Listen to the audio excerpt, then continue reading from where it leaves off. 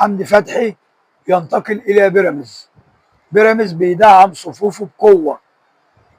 حمدي فتحي نادي الوكرة خلاص بيقرر يبيع حمدي فتحي الى بيراميدز، وبيراميدز مصمم عليه وهيدفع الفلوس اللي نادي الوكرة كلها هيقولها. حمدي فتحي هيبقى الراتب السنوي بتاعه بيراميدز 2 مليون دولار. نادي الوكرة دلوقتي بعت فاكس للنادي الاهلي قال له حمدي فتحي مطلوب ب 5 مليون دولار، انت معاك تشتريه؟ طبعا النادي الاهلي مش محتاجه.